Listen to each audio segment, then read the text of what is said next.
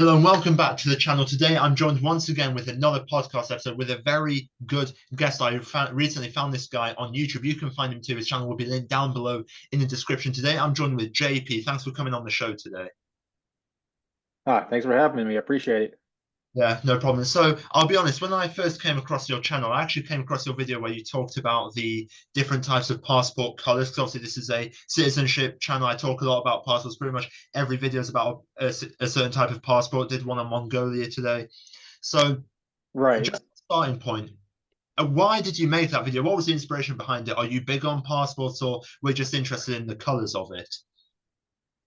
So I will say I'm not big on passports, but I am I am interested like why certain places have certain colors, and I only saw a few variations of the colors.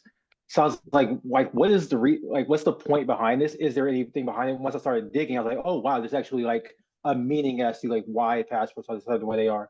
So that was like the just like curiosity of like why the colors were the way they were. And once I found out more, I was like, wow, okay, let me keep going into this. Yeah, absolutely. And actually, to be fair, that's the one crazy thing is like I feel like there are a few lacking passport colors as well. Like I feel like a yellow passport wouldn't look too bad. Maybe a lighter blue, maybe something like I believe Palau used to be light blue. Solomon Islands is a little bit green. But actually, a weird thing is Mm, when I was watching your video, you talked about obviously European Union passports. Now I've talked about that pretty much to death on this channel about EU passports, Irish citizenship, Estonian citizenship, stuff like that. But one crazy right. thing, I don't know if you mentioned this on your channel, but there's only one EU passport that isn't the typical red color, Croatia. Right. Yeah. I think somebody told me it afterwards, but like I looked at that in terms of their whole like relationship with obviously being part of the USSR or sorry, part of the Soviet Union before and like the reasons behind that. So like again, like those type of things, like the politics behind it and whatnot were pretty crazy to me. I'm not sure if that's the entire reasoning though. You probably know better than I do. Well, Croatia wasn't in Soviet Union, but they were in like that. They were Mm, non-aligned technically, but they Yugoslavia is that part of Europe. I will admit is an absolute like it's crazy. Like the border stuff, like there's memes about it all the time where people are beefing in the Balkans like crazy. But actually, that is very interesting because Croatia recently joined the Schengen area too. Now I don't know if you're familiar with Schengen area, but mm. basically it's like open borders with Europe. So basically, let's say you're traveling from Germany to Italy, there's no border control like there is between Canada and US or US and Mexico. And Okay. and honestly, yeah, Schengen area, amazing by the way. And actually, I know you're a big guy on talking about travel points, which I'm sure we'll get to later. But Right. honestly, like I don't know how well traveled you are. I'm sure I'll find out. But I cannot recommend actually going to the Schengen area enough. It's absolutely amazing. If you've never been to Europe, I couldn't recommend it anymore. So, so I think I actually like so like during like the pandemic time, I think they also have like if it's the same area you're talking about, where you can like go there to like enter other countries. I'm not exactly sure if that's the same area, but anyways, my wife's friend has visited Croatia a lot. He talks about that area, so that definitely on my Yeah. list to places to visit. Yeah, absolutely. It's absolutely amazing. And honestly, like it's super safe, especially that part of the world. Like Croatia, for most people, I think in the Western world is still classified as Eastern Europe, right? Because it was, Cold War, it was in the Eastern whatever. E- But it's Exactly. unbelievable. So anything you hear about countries like Croatia, Slovakia, Czech Republic, Hungary, Poland, all of these countries that Mhm. once had a bad reputation, they're absolutely amazing now. So it's absolutely incredible. I was there recently. So if you are looking to travel, I recommend this place amazingly because you can travel on a budget. Obviously, like Monaco's a bit Right, expensive, right. Paris is a bit expensive, but Budapest, Bratislava, these are the places to be, I think. So honestly, I want to get onto Okay, that that's as that's well. I want to get onto that as well. Now, obviously, you did this one passport video, but the rest of your channel is pretty much you have done a few self-hosting podcasts. I watched one actually before starting this podcast, and you talk a lot mhm. about travel points. Now, for me, I know absolutely nothing about travel points. And I'm sure many people who watch Mhm. this channel don't know anything about it. So, if you could just give a little overview about what exactly is travel points. So travel points, you could think of it as a type of currency. Okay.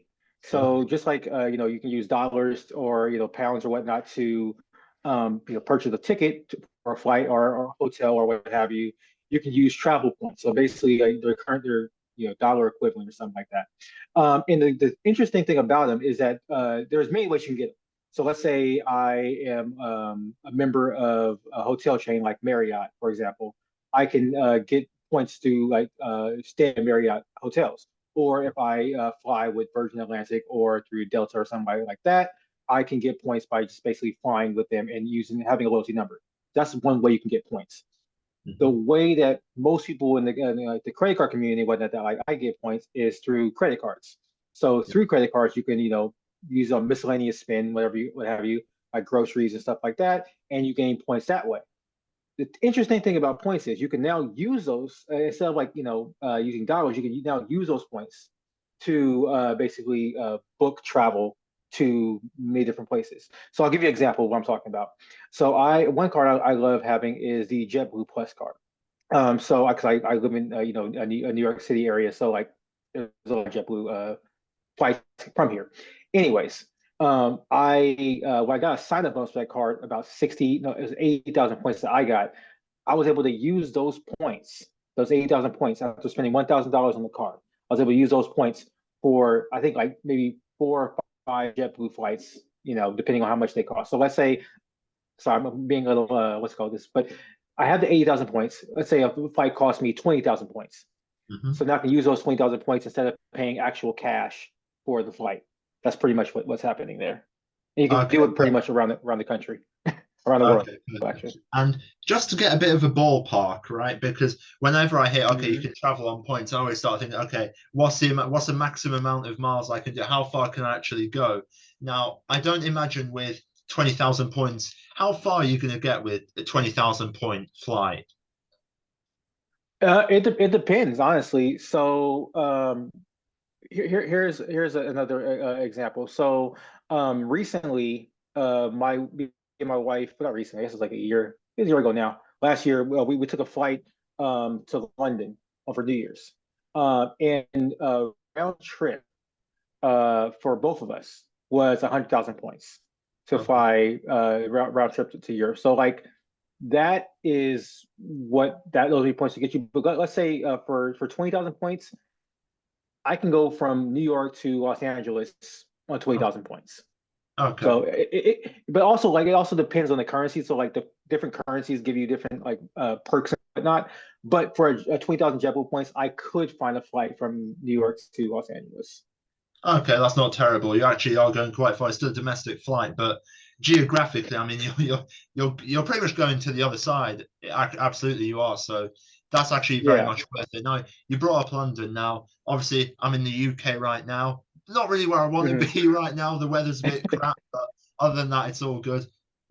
Now, I want Uh, to do this because I lived in the United States actually for a few years, and hmm. one thing that I found was that not a lot of people travel internationally.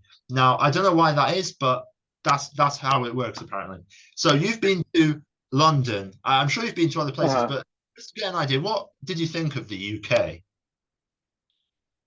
So like full disclaimer, my wife did study abroad in the UK for a little bit, and she loves London. So it was actually my first time there last year. My first time there. So my first time visiting was for the Christmas. Like it was in terms of like like in terms of like see like vibe.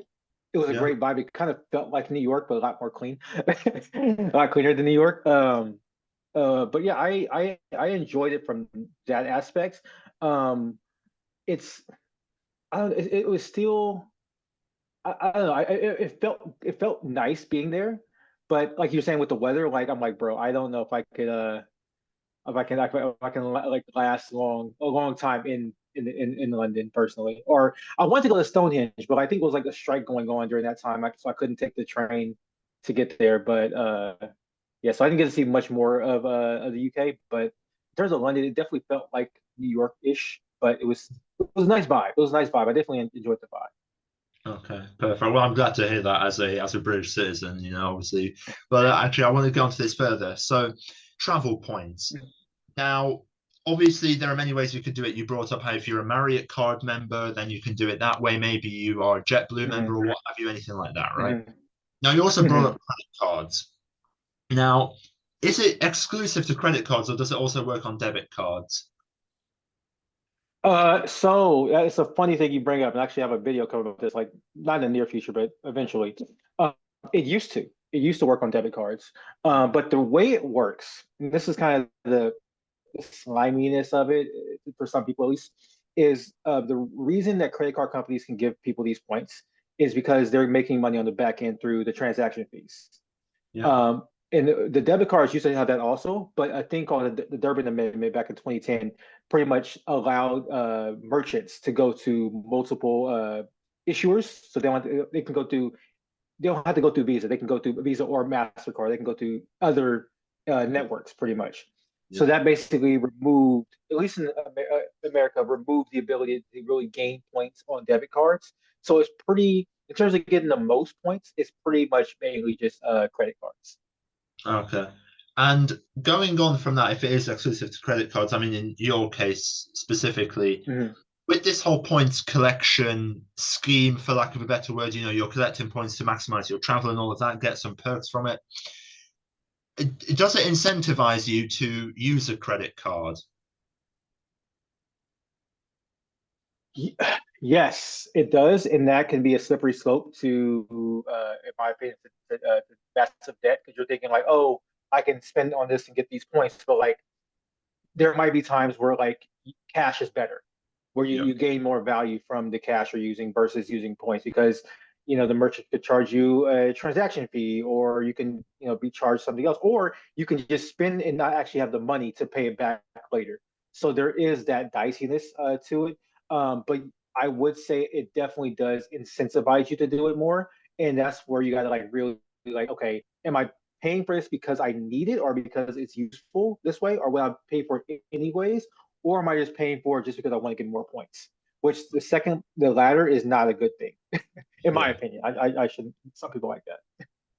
Yeah, fair enough. But like you said, I agree. Actually, it's a slippery slope because if you get too bad into debt, then yeah, sure, 100, I don't know, 1 million points to Vanuatu might sound great, right? But if you're in Yeah. debt, you can't go either way. So that's just So let me give you another example because like there's a card out there, the credit card out there called Built. I don't know if it's anywhere outside the United States, but in the U.S. you can basically use that card to pay for your rent. A lot of yeah, other cards, there's like a transaction fee of like I think like 3.5, maybe 2.5%. I can't remember exactly what it is. But the point is you can still use a credit card to pay for your rent, but now your rent's even, 2.5% higher. So are those points actually worth it to gain that way? I don't know. yeah, absolutely. No, I mean, in my opinion, I don't think they are. 'Cause like, what I mean by using credit cards, I mean, I don't think you should ever use it on rent. That's crazy, in my opinion. But if you're like Mhm. maybe buying some groceries or something, you're like, hey, do you know what, this week or what have you, I'll use the credit, get some points from that, and then be able to travel in the Well, in I the. mean, I will say and just push back just a little bit is that like you're right. I wouldn't use it for rent, but for a car like the Bill, for example, where there's no transaction fee and you have the money set aside for rent anyways. Like you Yeah, have like it's not like you're paying on it and you don't have the money, but if you have the money set aside, and this is where credit cards are useful. If you have the money already set aside, just pay it with a credit card and then immediately pay off the credit card if you can, or wait just if you're more experienced, you can wait to the billing period, but or sorry to the statement date. But usually just pay it off immediately, and it's out of mind. yeah, no, that But is for the true. most I part, I do agree with you. completely understand. Yeah, that logical aspect. Yeah, absolutely. I mean, but what I'm talking about me really is if you don't have the money or if you're a bit short on it, maybe you have half of it, then it's a bit of a Right, risk, I think. So right. honestly, no, absolutely. And to be fair, not knowing anything, I feel like you've actually given a pretty good understanding to me personally right now about what this whole travel points thing is, because I purposely didn't really want to watch the content that you made on it because I wanted to go into this with a fresh mind. Like many audience members would be too. Like I watched your podcast about, obviously, you did a podcast about, I believe, some parks, I believe in the US not taking cash anymore. You did a self show. You obviously did the passport color one. Hmm. And and they're good videos. I will say for the amount of subscribers you have, the production quality is Oh, thank immense. you. I'm chilling on a phone and a crap tripod, having to move furniture around Oh, to get a good background. But your content is oh super yeah. high.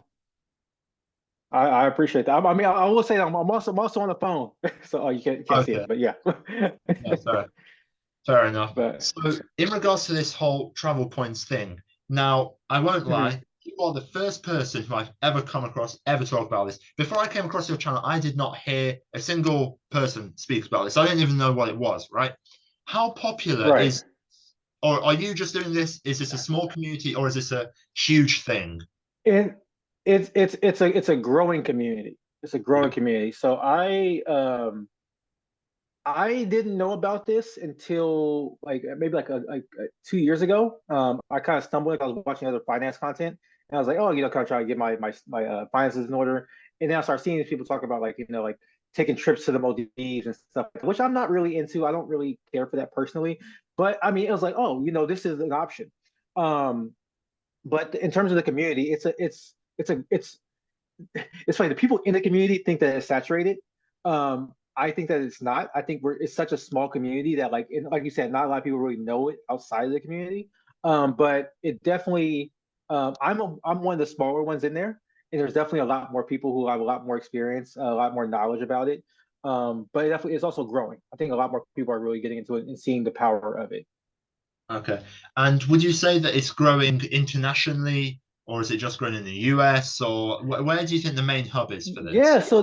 so the main hub is in the US, and the main hub is in the US for multiple reasons because credit cards are more powerful in the US compared to other areas. There are people in the UK. There's one guy I can't remember his name right now, but there's one guy I do follow who's in the UK. He talks about like American Express cards in the UK. There's another person in Canada, Grace, I forgot her last name, but anyways, she talks about cards in Canada. So other people, other places, they don't talk about them as much because you still get a lot of the perks, but in terms of like the multipliers, basically like for spending on the card, it's not as lucrative.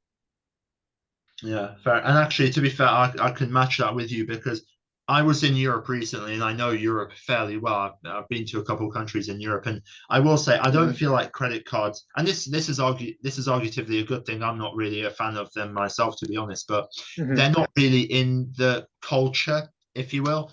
Like in Europe, Hmm. places like Germany, especially Berlin, the capital, Austria, it's still a very cash heavy place. Hungary again, very cash Mm. heavy. Yes, they take cards, but I feel like it's not like Europe hasn't caught up. I feel like the whole culture around finances is different. Right. Right. Yeah, I mean, in the US, it's still also like I don't want to say like in the US, like people like love credit cards. I think like most people don't like credit cards. I think they use them because of the convenience aspect of it. But I think most people actually don't like using them. For a number of reasons, for good reasons actually. I think like it could be a slippery slope into debt and stuff like that. So yeah, it is like more used here. But I do think like in terms of like the general populace, most people don't really like having to use them. They just use it because of the convenience. Yeah, fair enough. And also because obviously when I was in the US, you always hear about like credit points. Now you hear that Yeah. kind of here in the UK too. I feel like the UK Hmm. is one of the most similar European countries to the US. It has its Hmm. differences, sure. But in my experience, at least when I'm going around Europe, when I'm in America, I always feel like the UK and America are the most similar. So you do get this whole credit Okay. points. I don't remember what they call it here, but they call it something very similar, right? However, Okay. in the rest of Europe, in my experience, it's just not a thing. Yeah, so people might do it for mortgages, buying property, things like that. However, Right. again, I feel like actually, like you said, I don't think everyone uses credit cards in America. However, I have seen when I was there, I did see a lot more people I know use it than I do with the Yeah. people I. Right. And I mean, I think that, like we'll probably get into this a little bit more, but like the interesting thing about credit cards, at least from my perspective, and I think it's a little bit more also financial literacy, is they can be a great equalizer when it comes to travel. That's just something I've learned recently is that like the fact that if I'm already knowing that I'm paying for something, so let's just say like a lot of people, at least normal people, I can't see well, normal people um who can't like go on a trip every summers or every week or something like that. The way they can do it is through credit cards, and by that also through credit card sign up bonuses. So Yeah, let's say that you want to buy a couch or you want to renovate your house. You could just go, and spend $3,000 4,000 and have it taken care of, right? On a debit card or with cash. Alternatively, you could say, okay, my credit is pretty good. I can sign for this credit card. Let's say it's the Chase Sapphire Preferred or the American Express Gold Card, or whatever card you want to talk about that has points attached to it. You can sign up for that card, right? That card now has a $4,000 spending limit to get the bonus points. Now, the money you already had set aside for your renovating your house, you can now put that charge on a credit card, get the sign-up bonus of, let's say, 80,000 points, and then you pay the credit card off. So now the credit card balance is at zero, and you now have 80,000 points you can use to now book a flight for a vacation, book a flight in a hotel for a vacation wherever you want to go. Like I said before, when we went to London last year, it was literally all off points. We stayed at the Hyatt, I think it's like Andaz in near Liverpool Street, and we had our flights were paid for. So 4 nights plus flights paid for, and and that was all through spend we're already going to use. So Yeah. that's what I'm saying. It's a great equalizer. I couldn't do that just like off my own money. There's no way I'm doing that off my own money. But the fact that we had a credit card, we already planned on making that purchase. I think that's where it becomes the great equalizer. Yeah, no, I see that absolutely. Yeah, because obviously, like you said, not everyone's going to be able to, I don't know, fly to the Maldives. Like you said, the country that you brought up, not everyone's going to be able to go to the Maldives. It's far away, can be expensive, especially in the peak summer times when everyone's going there. So yeah, I Yeah. agree. Using points. Also, London's not a cheap place. Flights from America to Europe, they're not cheap either, especially well, one way, certainly not, but return, it's a little bit cheaper, but it's still not super cheap, right? So you're not going to Mhm. do something where let's say an airport in central Hungary somewhere, right? Budapest airport, yeah, you can get anywhere pretty much for about $20, right? Or €20. However, Mhm. America to Europe, that's a solid 300, 500 plus in my experience. So super Ah. expensive. And like, yeah, so I feel like absolutely this whole point in, I am with you on that complete, that people can use it. It's a good thing. Now, one thing I want to ask is you Mhm. said you sort of fell into this world about 2 years ago now, and you said that you were fell into this content when you were looking at financial content. What was it about financial content originally that got you interested? Um, it's weird. So the interesting thing for me is I do come from a background of having debt. So credit cards to me initially were no, no, I don't like them at all. And so around 2021, 2020, 2021 time, I really wanted to get my finances in order. I was like, me and my wife, my girlfriend at the time, we're getting really serious. I'm like, I want to really go into this, like, knowing what's happening. I mean, I should have had more financial literacy before that, but hey, it is what it is. So I was okay. Let me figure out ways to bring my debt down. There's different like methods. I think that we talk about the snowball method, talk about the avalanche method, stuff like that, and just like figure out like things about different retirement plans. And I'm just like looking at all these different things, and I can see over in the corner recommended videos. I'm like, oh, I'm not, At first I'm like, yeah, okay, bro, you're trying to like sell me a card or whatever. I'm not trying to look into any of that. But the more I checked out a video from this guy, and he's one of the bigger people in the space. Ask Sebi is his YouTube name. But anyways, he seemed very knowledgeable about what he was talking about, and I'm like, okay, let me really look into see how this works. But yeah, the original thing about personal finance was basically just ways to um lower my own debt, also to like give myself financial security for the future. The future I was trying to plan basically. So that was the original thing.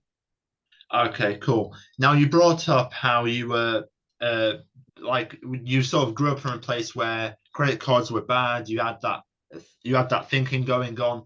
Now we don't have to get into this, but what was the debt for you? Was it educational debt, like universities, colleges? What was it? So some is educational debt, other is credit card debt. And interesting thing about that, and it's a psychology behind it, which I didn't know at the time. I was making below peanuts. I think peanuts was like would be high for me at the time, and so for me, a credit card was a way to get by, living where I was living at. Um, and to have a certain type of lifestyle that I thought I needed. I didn't actually technically, but I thought I needed it at the time, and credit cards allowed me to do that. And I thought, and when you get into the cycle of like only paying the minimum balance, you think, oh, I could pay this now, and 7, 8 months down the road, you have no idea what you paid for, and you have this huge, debt. So that's what happened to me early on. And once that happened, I was like, okay, I'm squaring this stuff off. after that. So that's pretty much what happened initially. Okay, and with this lifestyle that you said that you were going for, I mean, just provide some detail, please. Like, what was it that you were looking to get? Did you buy something ridiculous that looking back you think, okay, why on earth did I buy that? What was the situation? No, like I loved myself a good IPA. Okay. So like I would go to the happy hour, you know, before drinks, chilling. Um and that you do that for 3 nights, what's that, $7, $8 a beer, 21, 3 nights, and then you're going out, you're spending money on Ubers and stuff. It's just like little things that like kind of like Yeah. add up. So it wasn't any particular purchase. It's when I went back and I looked at my statement, I'm like, what did I pay for? And you see like, oh, it's this charge here, this charge here, this charge here. I'm like, so it wasn't like one particular purchase, just like seeing how easy it was to spend and not think about it. Okay. Okay, so it was one of those things. So it wasn't like, you went on Auto Trader and got a McLaren and were like, yeah, okay, I can pay this off. Oh, It was just like, nah, it was like, nah. okay, I don't know, like a drink here, a drink there, Uber to this place, maybe getting a ticket for the underground here. So it was sort of Yeah. time. So that is good because honestly, it would have made a funnier story had you bought a McLaren. So, this podcast, but other than that, it is good to hear that it was small things. It wasn't something crazy like, okay, you invest in some horrendous pyramid scheme or, you bought a Oh God, crazy man, those car. ones. No, no, actually, what's crazy is I remember when I was in America, this was years ago, man. It's like Mhm, 7 years ago or something now. We took a taxi once, which we don't really do, but we took a cab somewhere. I don't remember where now. It's somewhere in Florida, and the guy was trying to sell mhm. us like one of these Ponzi schemes that was like, okay, you invest with me, Oh I get God. some money on the benefit, and then you get someone else to invest. So we were like, okay, what? Mm, Yeah, that good old multi-level marketing. yeah, we ain't doing that. And actually, that it's good that you bring up MLM because I always forget what it's called. I don't really like. I like to forget about that it exists, right? But in this space, I'm sure with the credit Right. card space as well, but especially in the citizenship space, there are so many scams out there. Like Mm, it's actually unbelievable. Like how many people are trying to fish money off of you and what have you. Like I'm not making any money from this. I couldn't care less, to be honest. Like, I'm not selling a course. I'm not doing any of that mhm. crap, right? But what are your experiences with these scams? How do you avoid them? Um, so think about the credit card space is that there aren't many scams for the credit cards themselves, mainly because you apply for it and nobody's like giving you, you're not like taking a course or anything like that, or like need anybody's help. You can literally just apply for the card even on the website by itself. They just give you information. Um, the and they get a referral bonus for if they get people to sign up. The issue that I have run into is, and I don't want to say it's an issue because I feel like somebody's gonna attack me for this one, but there's a lot of things like for example, like one of the crap, one of the one like it's the things on top of it. So like how easy it is to uh use points, how Yep. easy it is to do that.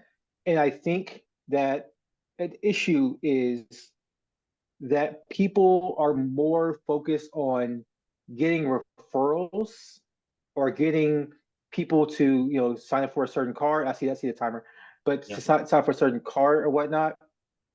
Um, and they're just like, this is the best card ever. Sign up for this now. Here's my referral link below. Use that, and not really caring if the person actually needs it or can use it or stuff like that. Not most people aren't like that, but you definitely have people like some obscure card, especially when the whole crypto thing was going on. There's some obscure cards out there. Well, oh yeah, you can get this many on this BlockFi card. I'm like, bro, come on now.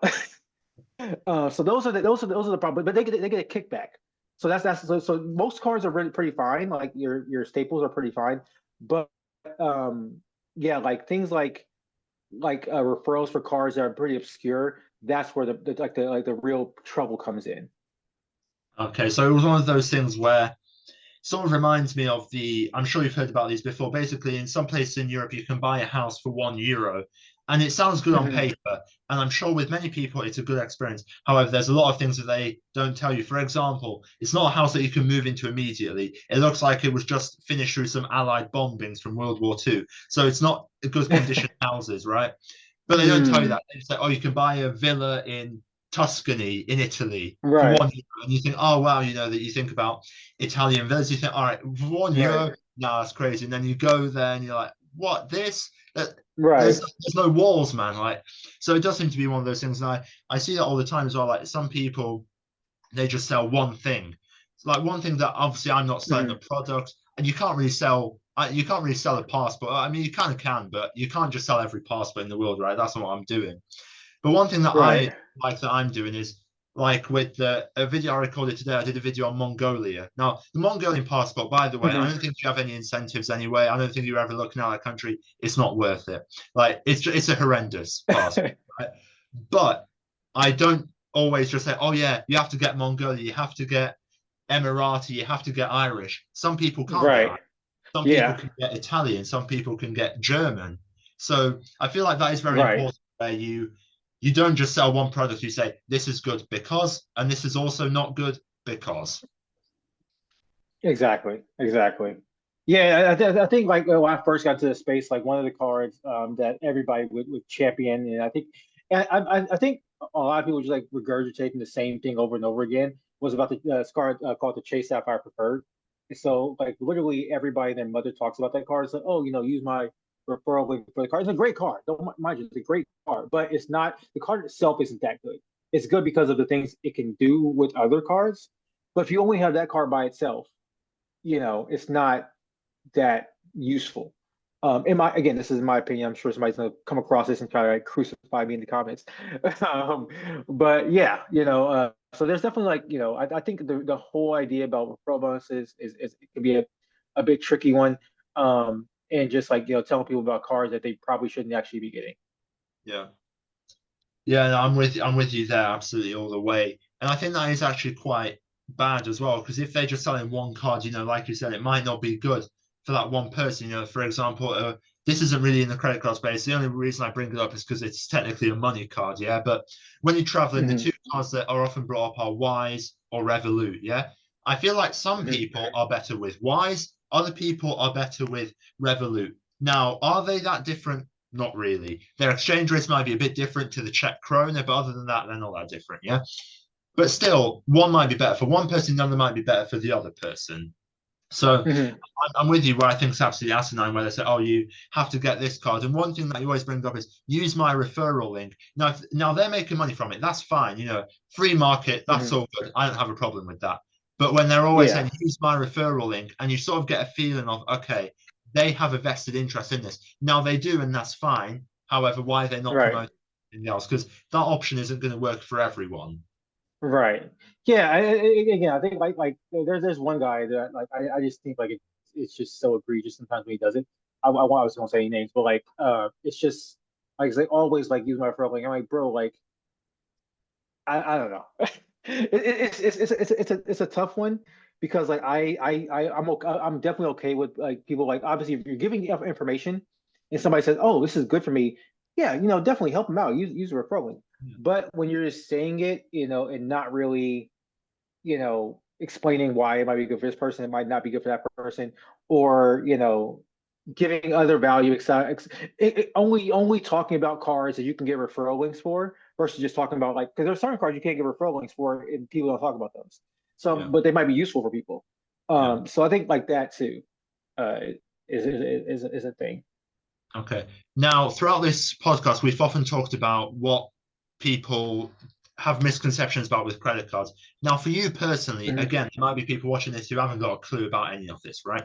So, for you, when you Hmm. are looking at a credit card, what are the green flags that you're looking for? So there's a couple things. One, okay, there's two types of credit cards. There's one type of credit card that is transferable currency, and there's another type of credit card which is co-branded. So basically, like with an airline, through a hotel, stuff like that, basically, or to a company. Um, I mainly look for cards that are transferable currency. So in my case, it would be to American Express, it would be through Chase Bank, it would be through Citibank, and I think Capital One is the last one. Uh, the reasoning for that is 'cause I can transfer those points to transfer partners. It doesn't matter who the transfer partner is. So I want to make sure that is the first thing. Secondly, what are the multipliers in the card? Do the multipliers match up with what I normally do? So there's certain cards that have, I just recently did this, like what's in my wallet video today. There's certain cards like the American Express Green. I live in New York City, so therefore I would need multipliers for transit.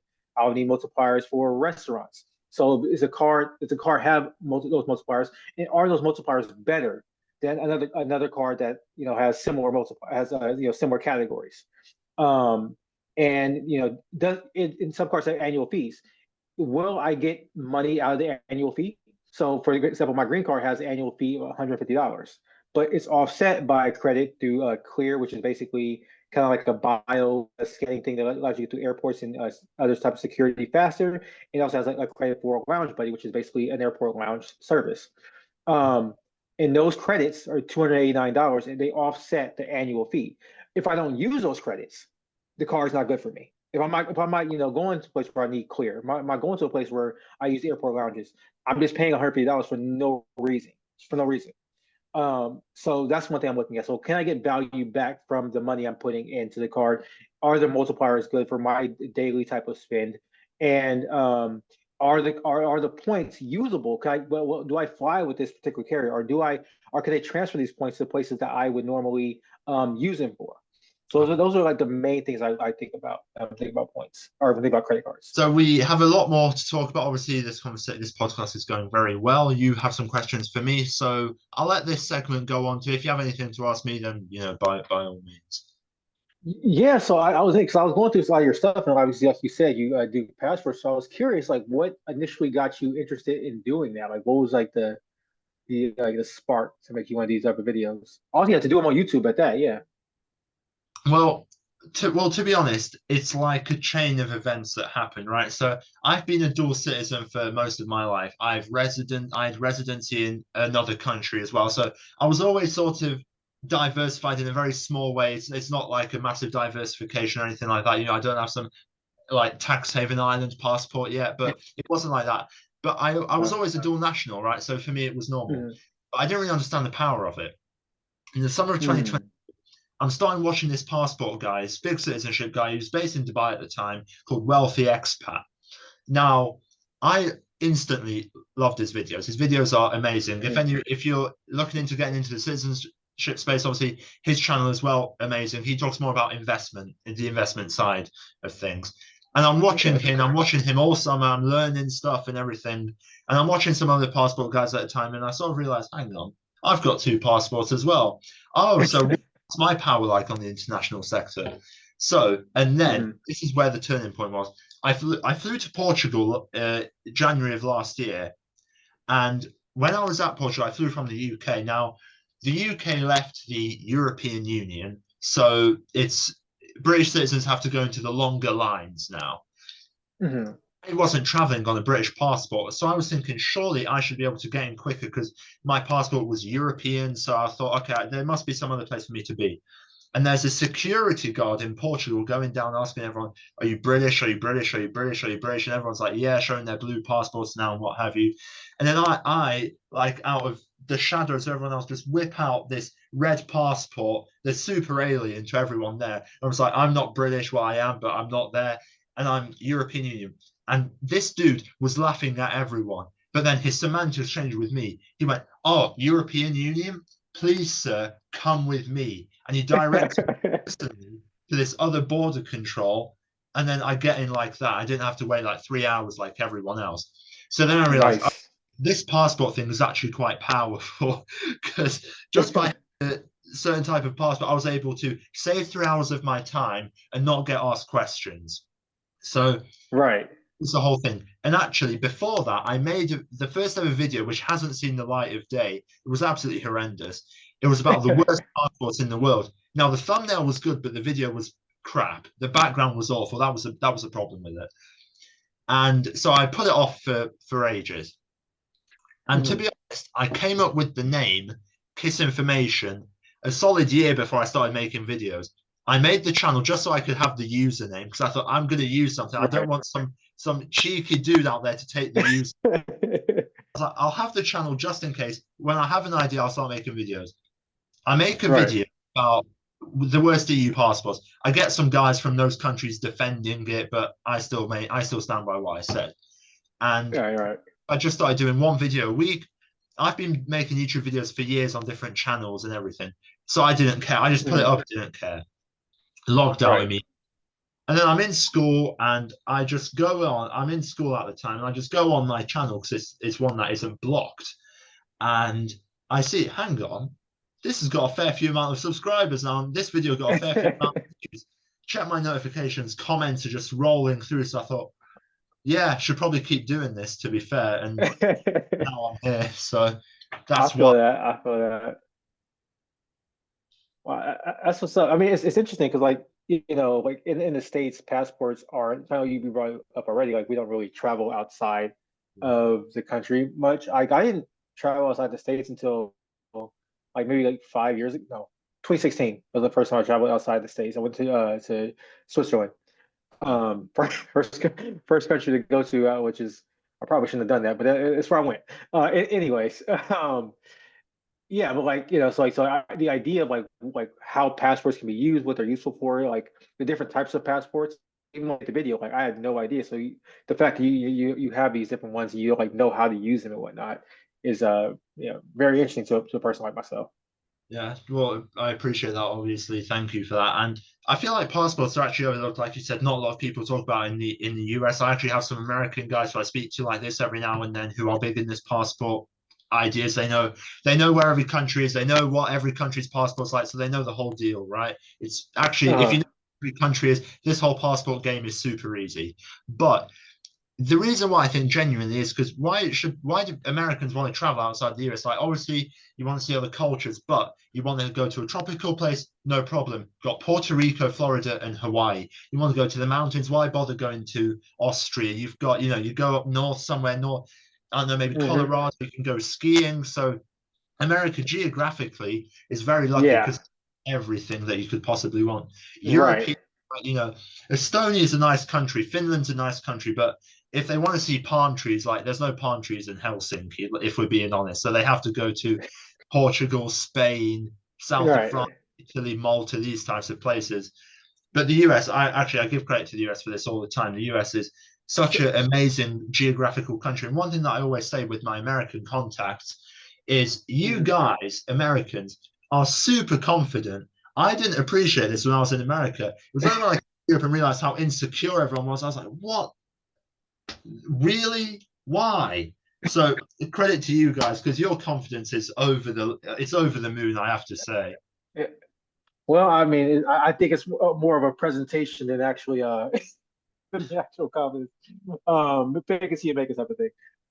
But yeah, okay, that's yeah. Well, it's funny you bring up like the fact we have all of these different things in the country because like it's something I would say, oh yeah, you know, we have this here, but why would I go all over here where I can don't need a passport, I can go here and do this within the same country, same currency, all that type of stuff. But it's funny because like a lot of Americans, even in America, like Americans who travel abroad, would say like we're less cultured, which is kind of weird because like I'm living in New York now and I'm from California originally. Totally different places in terms of like, you know, mentality, the way people interact and stuff like that. So I think there's different cultures even within the states. But yeah, anyways.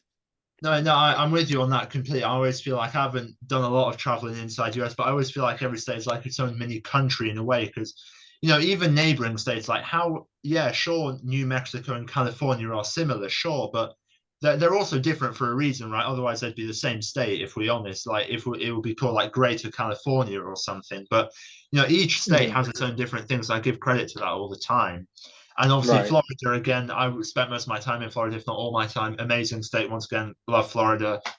I'm not a fan of the bugs, to be honest, but other than that, I really do like Florida. But actually, one thing I wanted to get on, we spoke about this earlier on the first half of this show, about how in America this whole use of cash isn't really a thing anymore, whereas in Europe it's the entire opposite. Yes, a lot of places take card now. There was some failed store in Amsterdam that only took card. That was failed society, but I won't get into that.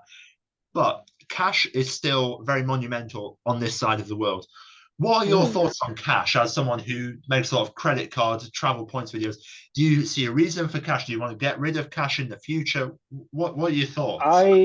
I do not like cash. I don't like cash not because like I don't like well I think cash is very like it's like I had my great grandfather had a wallet that looked something like this. It was thick. It has like it's cash in a lot of stuff inside of it. So I think like cash is like it's a lot to hold on to. There's no real security in it. Like like you lose your money, your dollars that are gone. Yeah. So I personally like it that way. My biggest gripe with cash is change. Uh, Because like I guess my 20 or something like that, I'm getting change in like 10, 5, and a couple of ones and maybe some dimes and quarters and all that little like metal currency inside there. So I'm like, I gave you one piece of paper, now I get back 12. right. Yeah. And it's like it's a lot to hold on to. So I think like I mean my gripes are more playful than anything, but I just personally think that like cars are more simple to use. I get the exact amount. I only need one piece of plastic or metal or whatnot. So yeah, I personally don't like cash. I also feel like cash it doesn't really have like this might be naive to say, but I feel like cash in terms of getting more from it is not. I don't get more from cash. Is what I'm trying to say. Like I feel like by itself doesn't add value to my life. Cards, on the other hand, and other types of things like can add value, at least if you use them correctly. If you use cash correctly, I'm not really gaining value from that. If that makes I'm sense. I with don't know if you. it did. I'm with you a little bit. I will push back, obviously, as a European. I Okay, feel yeah, like go ahead. I'm entitled to defend cash, but I'm with you to the sense where, cash, in my opinion, is good. However, I completely agree. If someone has a lighter and bad intentions, your money's gone, right? So, Hmm. if your money burns or what have you, right, there's no coming back from that. And also, I'm Right. with you. Points can be a little bit annoying. However, one benefit with cash is you know how much you're spending. So let's say you want to go to a city, right? And you only have, Hmm. I don't know what city you could only survive on this, but let's say you only have $100 cash, right? Hmm. You only have Right. $100, so you're going to be a bit more sensible, right? You're going to go, all right, do I need those shoes? Probably not. Do I need this expensive latte? Probably not. With a card, you're sort of like, yeah, I'll just scan it, maybe put my pin in if I need to, and then I'll pay it back later. With cash, I feel like you're a bit more sensible in the moment, and you're not going to have to Mm. eat the repercussions of it in the future. Mm. That's definitely very that's definitely an argument I would have normally used. But I've noticed in my time with cards versus cash is that let's say mainly when I go on trips, Yep. mainly when I go on trips and I have cash, like I want to like even if I don't need to, I want to make sure I use all my cash. Yep. I want to make sure like, oh, I have this much money that I'm going to be spending on this trip. Yep. I want to use all of it. Which is, I mean, it's fair because I budgeted for that, which is fine. But it's just, I'm gonna say that's just interesting. Like, if I had a car, I probably wouldn't be as likely to use it. That's the whole point about that. But yeah, you're definitely right. I think like knowing exactly what the number is and like how many you have is definitely a benefit of cash. Yeah, absolutely. Although I am with you where pennies can get a little bit irritating. Although, pennies sum up to money. Like in my room, I've got pennies everywhere. In fact, the other day I was Mhm. going through an old chest. I found £5 in there, all in like tiny coins. I was like, okay, cool, yeah. Obviously exchanged. I'm not going to walk around with the heavy wallet like yeah, yeah. I'm not You going to sure walk you don't around. want to just like walk around, like jingling a little bit? No, I'm not really interested in it because actually it would be hilarious, but I'd be the most hated man in the world if I went to a store, bought something, went, all right, that's $5, and I paid in 500 1 cent coins. I'd be the most hated dude in the world. I'd be like, I'm just wasting everyone's time at that point. I'm like, all right, that's 1 cent, 2 cent, all right, that's 470 cents, and everyone would just, what's this dude doing? Although one concern I have personally, JP, I'll be honest with you, is this whole digitization of everything. I'm not a fan Mm. of that because how you said about how cash is, if it's gone, it's gone. You can't really get it back. Okay, I'm with you on that. Let's say someone has their credit card or debit card hacked. There's a chance that the bank can get them that money back or compensate for the lost money. Hmm. However, if the hacker is skilled, there's no coming back. And also, I feel Mm. like if everything is on a digital interface, it'll be a lot, there'll be no insurance, right? Because let's say someone's finances are completely hacked. Okay, if they have Hmm. no other options, no plan B, they're screwed. But if they have, even if Hmm. they have tiny amounts of cash, they still have something. See, yeah, funny part what you're saying. Like, I think that's literally like the opening plot point to a movie I just saw recently, where basically like the person like she literally got like all of her money was just like hacked, and there's like no like repercussions for that. But yeah, no, so yeah, that's definitely something that's pretty scary. Like also like where you can like put your money into like somebody trying to hack it out. Yes, I definitely agree with that. Yeah. And I think also digitization, like, this is not to like belittle the point, but I think like it makes things a little too easy. Yeah. Just like how easily like you can buy something online like with like impulse buy in the middle of the night without even Yeah. thinking about it because oh I want this, it's gone. So yeah, I definitely agree with that.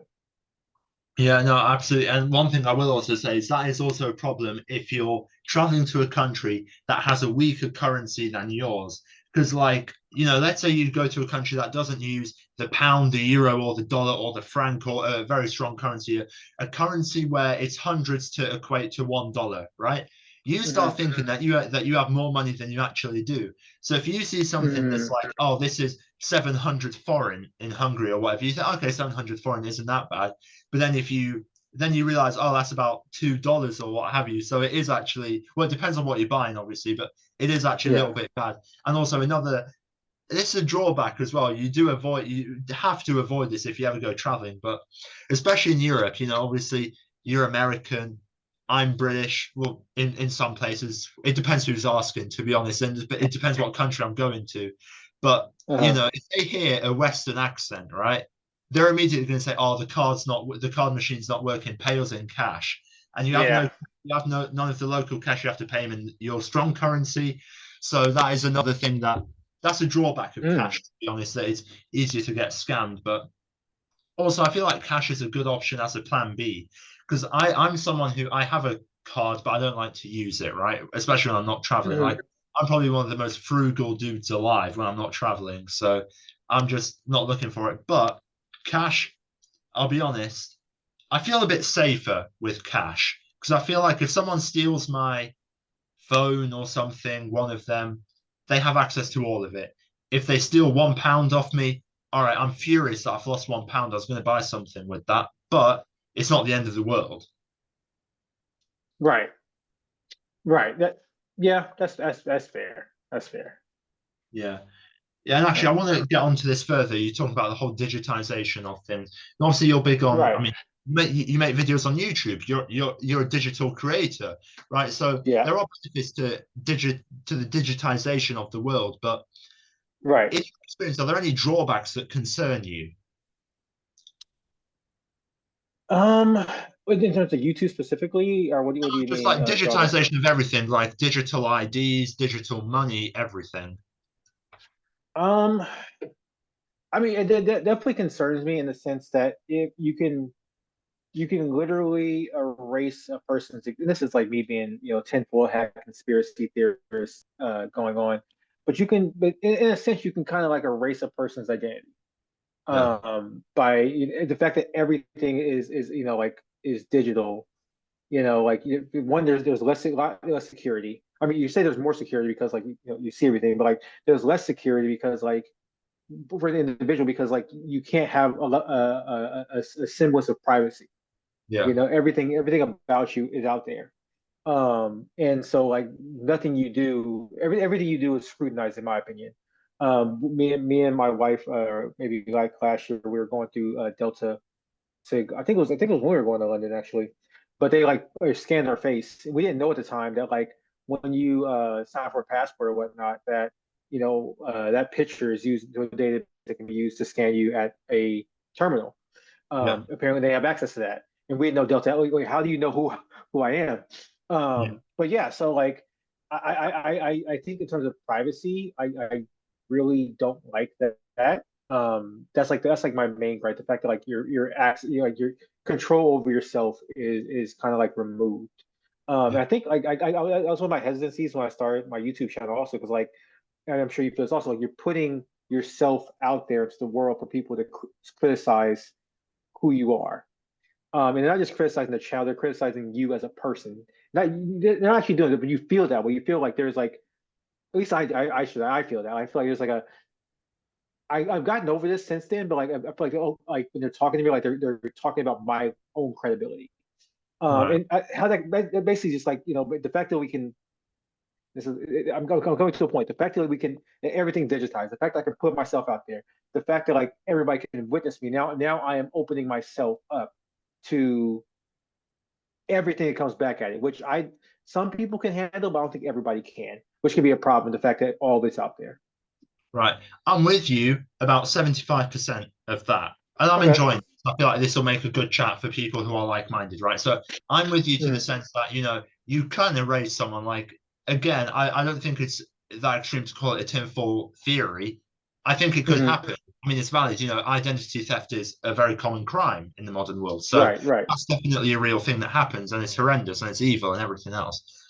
I'm with you on the sense that I can't stand when they scan your face or take your prints. I much prefer giving my passport over to some dude. He looks at it, looks at me. Is this him? Yes, it is. All right, no problem. Here we go. I Yeah. don't like this because also the other thing that I don't like is it gets rid of that dude's job. If everything's automated now, if Yeah. you just scan it on a machine, all right, what's that dude who worked there for 20 years going to do? Right, his job is Right. literally useless at that point. But also one thing that I will push back on just a little bit, how you said that, and I will admit I did think like this at the start. And the hmm first few channels I had, I covered my face. And now I look at that and go, okay, that was a fine evolution, but I don't care now. However, I will push back on one thing that uh, that it feels bad for them to criticize you because although yes, they might be valid in one thing they say, if they say it in a hmm way that is lacking diplomacy and is spreading hmm false facts, then why does it care? It's like if someone comments something mean about me that isn't true. It's like them commenting, hmm "Oh, you have brown eyes and blonde hair." Well, I don't. So it's like what do you want me to Right. do? It Oh just yeah, doesn't. yeah. No, definitely those ones. Yeah, I definitely get that. It's funny. Most of most of those type of comments like came on my passport video. I didn't. Yeah, so it's good. I mean, yeah, my credit card ones like there's not you can't really like refute the facts like they're just there with it. But I put the passport video out there. It was it was honestly more to educate myself, and I want to like say, oh, this is something cool that I like was learning about, so let me share it with people. And I mean, I literally have people come out of the woodworks like this passport, this color, they have this. I'm like, I'm sure there's like these things are fluid and the passports change. I get that, but like I was just trying to put out a general, Yeah. a general piece of information. Yeah, absolutely. And one thing that I can't stand is when actually I find it funny, but there are people who get things wrong when they come at you. So I did a hmm video talking about hmm EU countries that don't allow dual nationality, and I had some bomber clock comment that I didn't bring up a country which was very obvious. Now I'll be honest with you, JP. The reason why I didn't bring up that country is because the country allows dual nationality. So I was like, okay, yeah, yeah, fair enough. Yeah, you've got me on that one. Yeah, you're absolutely right. The country doesn't allow it, even though it does if you read the constitution, which I did. So I was like, hmm yeah, that's fine. Also, one thing with hate comments is I'm a bit of a, I mean, if you look at some of my videos that have got a fair amount of views, one thing that you will notice very quickly is that it's completely unregulated. I don't regulate my comment sections. I don't delete comments. I don't hide comments. If the comment comes hmm through, it's up forever. I don't care until the person Right. deletes it. I feel like it's a dangerous precedent to set when you start deleting comments or things like that because I agree. eventually it'll become dangerous to the point where if someone says something diplomatic about you, or if someone calls you out for something that you genuinely might have done wrong, you'll just block them hmm and then you'll be untouchable, which is Right. good in a way to be untouchable, but in another way, being out of touch is horrendous. So Right. one thing you'll notice if anyone reads my comment sections, they're unfiltered. You have people arguing with each other in foreign languages that you don't even speak, people from all Right. over the world. So yeah, but Yeah. honestly, with the internet, I'm not asked about that. No. Yeah, no, I agree. I think like I at this point, like, I don't know, I love debate. I love like like arguing an argumentative nature. So I don't mind that at all. I think like yeah, like I think it was one that I had and I forgot exactly what the comment was about. I think I think it kind of I don't know if it's about the Croatian passport actually, Yeah, and that how it's an EU country, but it has a blue passport and not a red one. And like yeah. I said that no, that wasn't the comment. The comment that one was a comment, but there was another comment that said I forgot exactly what the country was, but said this country doesn't have a red passport. The passport is burgundy, and I'm like, what? Like I was like, did I say it's only red? I was like, I just want to say variations of red in the video. So I had to like rewatch the video. I was like, it said variations of the color Yeah. red in here. But even then, like I mean, like burgundy red, like either way. Yeah. I mean, if I was in your case, JP, what I'd do is first of all I'd apologize publicly. Second of all, I'd Mm. delete the video. And third of all, I'd re-upload a video just for that dude alone going, okay, now this passport has this specific shade, and you give the actual code and the coordinates for the exact shade so you can match it on Photoshop or what other app they use, you know. So this one is Oh my gosh. hashtag 4-30 shade. Yeah, cheers. I mean, at that point, Yeah. that's just redundant information. Yeah. But actually, one Yeah. thing I also find, and I'm sure you get this too, you have 300 subscribers. You know, you don't get 300 subscribers and no comments. Like you obviously have experience with Hmm. comments. I also feel like deleting comments and even turning them off, which is the extreme and something that I am completely against, Hmm. it does a disservice to the people who leave good comments, leave interactive comments, people who Right. leave comments on every video of yours or every other video of yours or Yeah. what have you. It's And most disrespectful of those to them. comments are great, Why do it? Yeah, most of the comments I get are nice, are pretty like like hey, keep going type comments. Yeah, I enjoy those. Yeah, absolutely. Yeah. Now, one thing I want to get onto, JP, because obviously I Hmm. found you from YouTube. Obviously, now the way I found you was I typed in passport and you came up. So I don't know if you put passport in your Oh. text, but it worked. And basically, one thing that I wanted to ask is because I didn't see any link tree or any other social medias. I did see a photography website on Etsy. Are you still doing Yeah. photography? I am not, unfortunately. Well, at least I'm not for like purchase or anything like that. But Yeah. for a while before I was doing my stuff now, I had a photography thing. I was doing photography. Actually, my first YouTube channel was a photography channel. Okay. Did terrible. You'll never see it.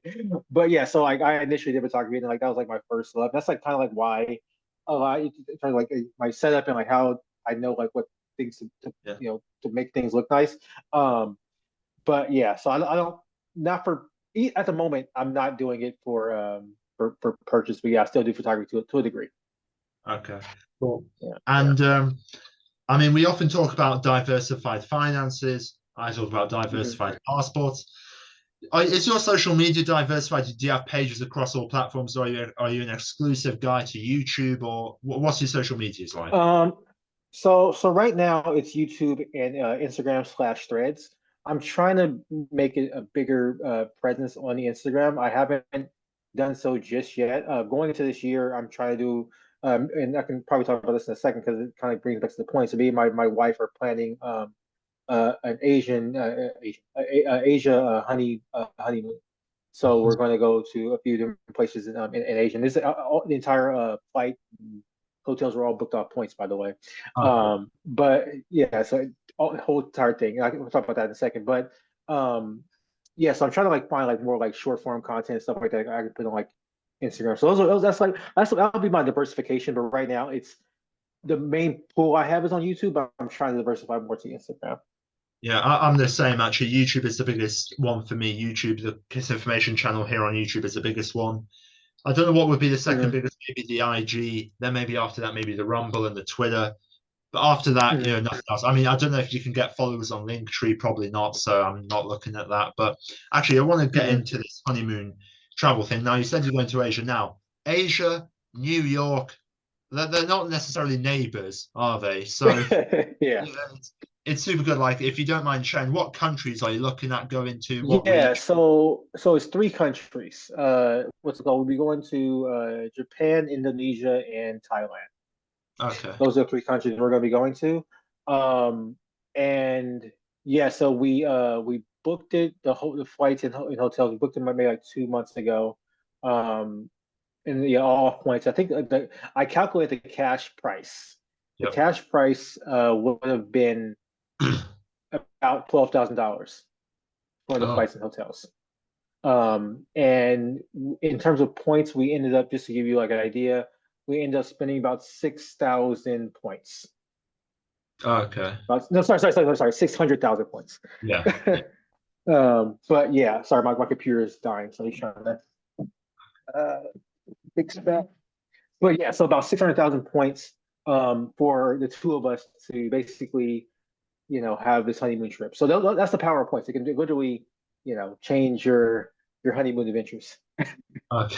Yeah, perfect. And actually, to be fair, that Asia trip doesn't sound bad. I mean, these countries, Indonesia and Thailand are fairly close, but Japan's fairly far away. So I think you'll get a good trip out of that 100%. You'll be able to see a lot of, they're different places, man. Like, I've never been to Asia myself, but they're different places. They're cool places. I Mhm. would love to hit Asia sometime. Maybe a place like Mongolia, Bhutan, or somewhere where no one goes, because I can be the one dude that actually goes there. So a Yeah, place like that. I thought of, like honestly, I thought about Mongolia. I don't. Honestly, I think just like the history of Mongolia, like that's what interests me, like kind of like draws me to it. But again, I'm not sure like how did like I guess I probably should watch your thing on Mongolian passports.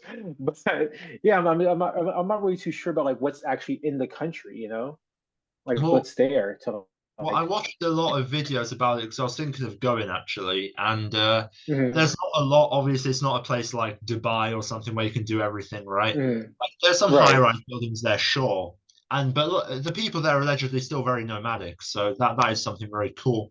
And obviously, one thing that Mhm. I look at is actually this is genuinely true. Every country I go to, I always look at this. Like when I was traveling with my friends in Europe, we was going, okay, we're traveling to this country. All right, where are we staying? Okay, now we know where we're staying. Where is the closest KFC? So that's important to me. So before I even looked at anything from Mongolia, I typed in KFC Ulaanbaatar, and thankfully there is. Mhm. So that's why I'm going to go now.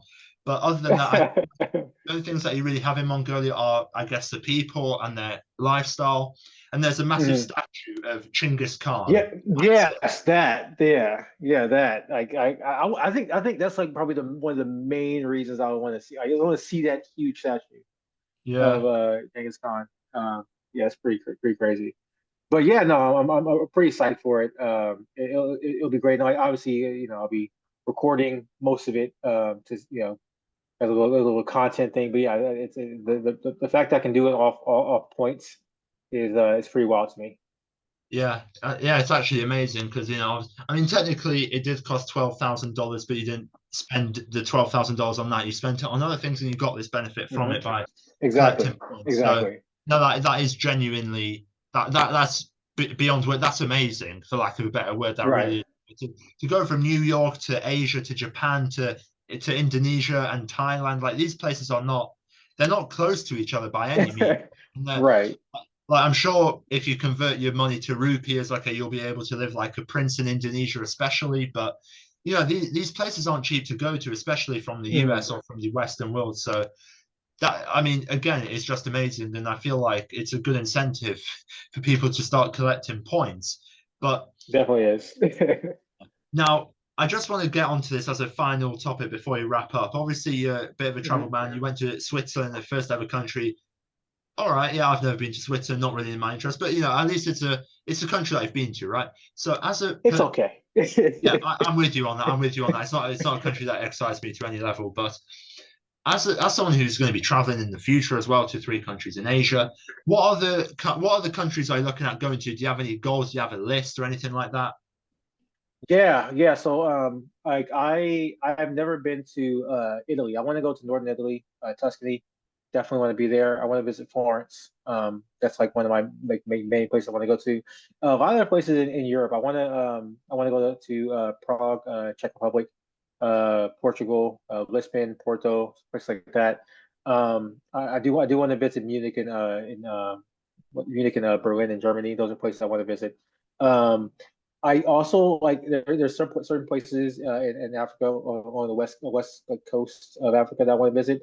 Not really sure how to do. I probably need some friends to that one.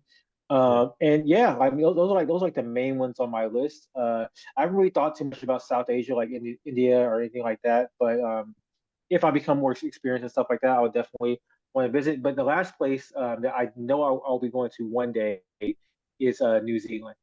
New Yeah. Zealand and it's like is a place I has been on my list like since I was a kid. So I definitely want to do that.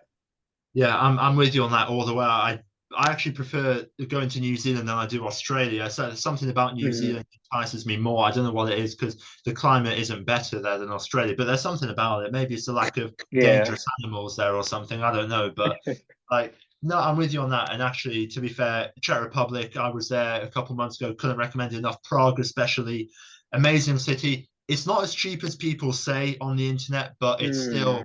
it's still for a Westerner, it's a cheap city, right? So Okay. you're not gonna go bankrupt going to Prague. Well, it depends what you do, but Right. you're not going to go bankrupt. Again, I got I you. recommend in that region of the world, Hungary, again, amazing country. Budapest, especially, there's a lot of things to do. It's actually very cheap for a Western developed city and country. It's a very cheap city, and there's a lot of very good things to do. Yeah, it's actually Berlin as well. Cannot recommend Berlin enough. Berlin is fantastic. There's if you're big on history, obviously Berlin is the place to be. And yeah, Berlin is super Hmm. safe. It's super built up. It's actually not really a European city. It looks very American because Mm. obviously it's built up after the war. So you will see a lot of Right. skyscrapers, high-rise buildings. It feels like a big American city. So that is a cool thing. You didn't bring up Frankfurt, but Frankfurt is a very good city to hit in Germany as well. Cannot recommend that one enough. Italy, yeah, Right. amazing. Portugal is fantastic, especially if you go to the coastal parts of Portugal, like Lisbon, or maybe in the south, like Right. Sagres or something. The people there are super relaxed. It's such a cool lifestyle. So these countries are absolutely amazing. I cannot recommend them enough. Is there any part in the Caribbean or Latin America that you'd want to hit? Oh yeah, like I mean, everybody's part of it. Everybody's part of it. Dominican Republic, like the first place I go to.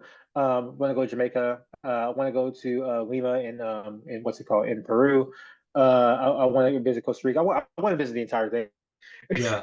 I mean, it's close enough that like I want to visit the entire thing. But I think the first place probably going to will be either between Puerto Rico. Puerto Rico's part of the it's territory, but like in the Caribbean will be Puerto Rico or Republic. Two places I'll be heading to first. Yeah. To be fair, the Caribbean is one of my favorite places. I've never been. I always have a tie to the Caribbean. I don't know what it is, but Hmm. I always feel like I was from there, even though I'm not. Like I always feel like maybe in a past life I was there. I was some dude chilling on the beach, swimming or whatever by accident. I don't know. I don't know what I like about the Caribbean and these small Pacific islands. I feel like I have a connection there. So I don't know what that's about. I don't know why I feel I feel Tahiti it. Jamaican or what have you, but a country that I always want to hit in the Caribbean and the city would be Castries, St. Lucia, or Port of Spain, Trinidad Mm. and Tobago. Like these, they just look amazing, man. Like, and I feel Right. like I don't know anyone who's gone to St. Lucia or Trinidad and Tobago before, so I feel like that would be a cool country to hit. Obviously, in Asia, no, I don't know anyone who's gone to Mongolia or Bhutan. Bhutan again, Mm. super expensive, foreigner tax, which is insane, but I mean, Wow. it's a cool country, so I'll have to give them credit for that. So that is a wrap on this, JP. It's been awesome talking to you. Thank you so much for coming on this podcast. Wow. If Thank you you for guys having me. are interested in his channel, want to learn more, his channel will obviously be linked in the description, and you can watch his videos, subscribe, comment, do all the good stuff, leave him some nice comments time that you came from me and everything. And yeah, thanks for coming on the show today. I appreciate it. Thanks for having me.